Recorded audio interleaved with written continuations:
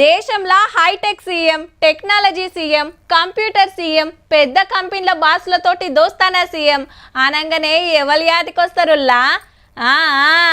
ఆంధ్ర ముఖ్యమంత్రి నారా చంద్రబాబు నాయుడు సారే కదా.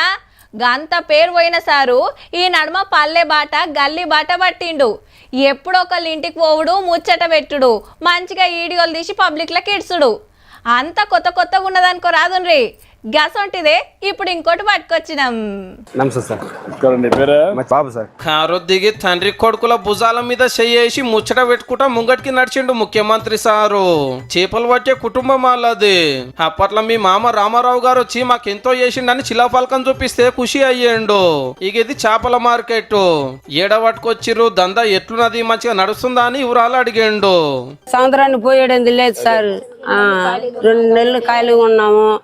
ఆ 2 నెలలు ఖాళీలాగా ఇది చెరు చేపలు 4 కేజీలు 10 కేజీలు తెచ్చి అమ్ముకుంటున్నాము. సముద్రంలో చేపల షికారు బంద్ ఉన్నప్పుడు సర్కారు వాళ్ళు 20,000 ఇచ్చి ఆసరైతున్న ముచ్చట యాద్ చేసిండు చంద్రన్న. ఇది బాగుంటది సార్. టేస్ట్ బాగుంటాయి సార్. అందరూ యూనిఫామ్ గా చెప్పారు. మార్కెటింగ్ ఇంట్లో కట్ చేస్తారు, ఇక్కడ కట్ చేస్తారు. మామూలుగా చేపల మార్కెట్ కు ఎన్నడు ఓడు కాబట్టి ఏడపోతం పెడతారో కూడా తెలియనట్టు ఉంది.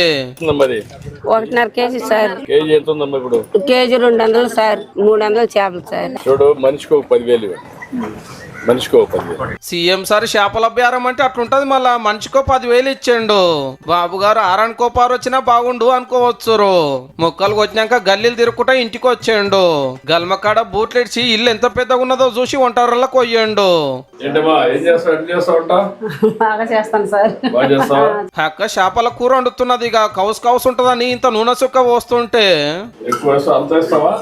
ఎంత కాదు సార్, కొద్దిగా ఎక్కువ ఏం లేదు సార్. ఆరోగ్యం పోతుంది. లేదు సార్. బాబు గారు ఏది పడతా తినడు మళ్ళా. అందుకే కావచ్చు 76 ఏళ్ళు వచ్చినా గింత గట్టిగా ఉన్నాడు.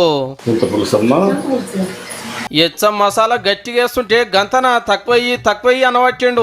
ఓకే ఏ ముచ్చట ఎట్లున్నా పబ్లిసిటీ చేసుకున్నట్లా చంద్రాల సార్ తర్వాతనే పోయి ఎవరైనా